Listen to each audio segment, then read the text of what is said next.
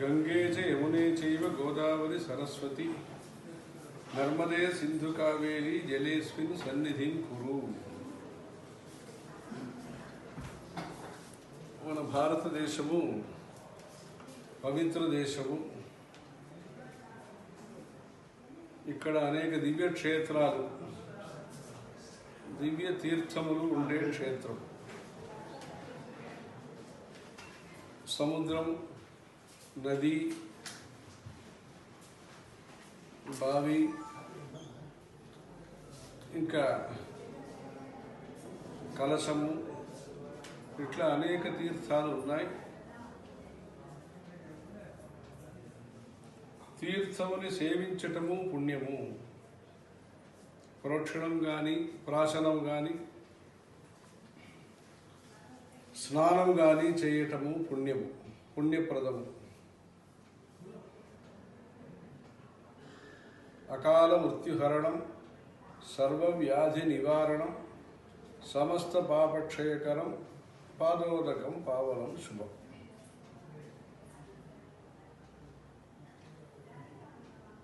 ఈ తీర్థ మహిమని వేదం ద్వారా తెలుసుకుంటున్నాము, పురాణాల ద్వారా తెలుసుకుంటున్నాము. ఆ తీర్థంలో పుష్కర స్నానము చేస్తున్నాం. రాశి ప్రవేశాన్ని అనుసరించి గంగాది తీర్థంలో పుష్కర స్నానం ఆచరిస్తున్నాం. గోదావరి, కృష్ణ, కావేరి, తామ్రపర్ణి ప్రస్తుతము, రాబోయే సంవత్సరము సింధు మహానది. వీటిల్లో పుష్కర స్నానం. ఇలా ఈ సాంప్రదాయం ఉన్నది. ఏదో ఆ సాంప్రదాయం మర్చిపోయినా మళ్ళా గుర్తింపుకు తీసుకొస్తున్నాం. ఆ తీర్థంలో స్నానం చేయటంలో దేశే కాలే చ పాత్రే చ, దేశము కాలము. ఈ దేశంలో ఈ కాలంలో స్నానం చేయటం విశేషం.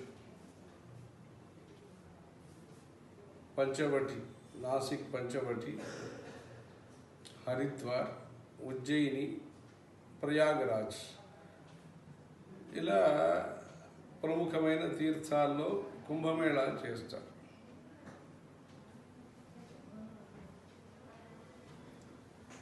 అర్ధోదయం, మహోదయం అని రెండు పుణ్యకాలములు. పుష్యమాఘమాసములో అమావాస్య, ఆదివారము, వ్యతిపాత యోగము, శ్రవణ నక్షత్రయుక్తము అయిన పుణ్యకాలము అర్ధోదయం అని చెప్పబడుతున్నది.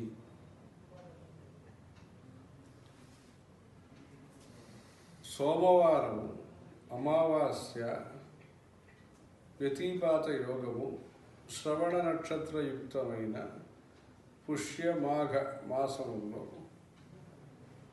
వచ్చే ఈ పుణ్యకాలము మహోదయం అని చెప్పబడుతున్నది. ఆదివారం అయితే అర్ధోదయము, సోమవారం అయితే మహోదయ పుణ్యకాలం. ఈ మహోదయ పుణ్యకాలంలో సముద్ర స్నానము చేయటము, వీటిల్లో కూడా సముద్ర స్నానం కూడా రామేశ్వరము, వేదారణ్యము, ఇలాంటి గోకర్ణము, ఇలాంటి సముద్ర తీర్థములు, సముద్రంలో కూడా కొన్ని ప్రదేశాల్లో మనం నిత్య స్నానం చేసే అలవాటు ఉన్నది. మామూలుగా సముద్ర స్నానం చేయాలంటే పర్వకాలంలో చేయాలి. సముద్ర స్నానం చేసే ముందు మనం స్నానం చేసిన తర్వాతనే సముద్ర స్నానం చేయాలి. శుద్ధ తీర్థంలో ఆచమనం చేసిన తర్వాత చేయాలి. అది ఉప్పు నీళ్ళల్లో ఆచమనం చేసే అలవాటు లేదు. అది శుద్ధ తీర్థంలో చేసి తీర్థంలో స్నానం. ఈ మహోదయ పుణ్యకాలం అర్ధోదయ పుణ్యకాలంలో స్నానం చేస్తే కోటి సూర్యగ్రహణలో మనం దానము జపము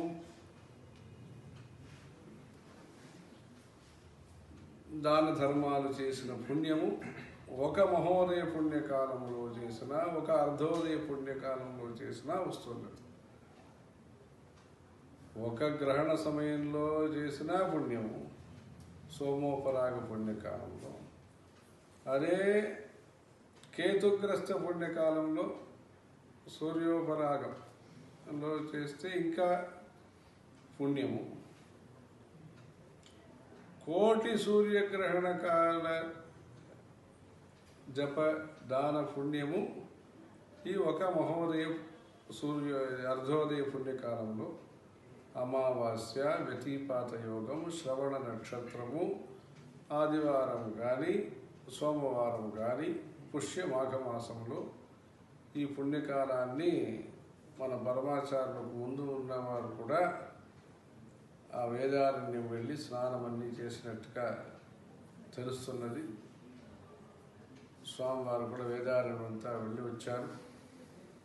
ఇప్పుడు 2 సంవత్సరం ముందు కూడా మన స్వామివారు అక్కడ మహోదయ పుణ్యకాలం స్నానం చేసినారు వేదారణ్యంలో. అలా పుణ్యతీర్థానికి వెళ్ళి ఈ సముద్ర స్నానము జపదానాలన్నీ చేస్తూ సులభంగా ఈ మంచి పుణ్యము మనకు లభించే అవకాశాన్ని వాడుకొని తీర్థీకుర్వంతి సాధవ అంటారు. తీర్థం అనేది అఘనాశనం, దోషనాశనము తీర్థం. ఆ తీర్థంలో అన్ని దేవతలు ఉంటారు. వేదంలో అలా చెప్పబడినది. ఆపూర్వ ఇదగం సర్వం విశ్వభూతాన్యాప ప్రాణావాపః పశవాపోన్నమాపో మృతమాప సమ్రాడాపో విరాడాప స్వరాడాపశ్చందాగశ్చాపో జ్యోతిగశ్చాపో యజుగశ్చాప సత్యమాప సర్వా దేవతాపః అని సర్వదేవతలు అక్కడ నివసిస్తున్నారని. అందుకని ఈ సదుపయోగం చేసుకుని తరింపటానికి ఈ మంచి అవకాశాన్ని వాడుకోవాలి. హర హర శంకర, జయ జయ శంకర.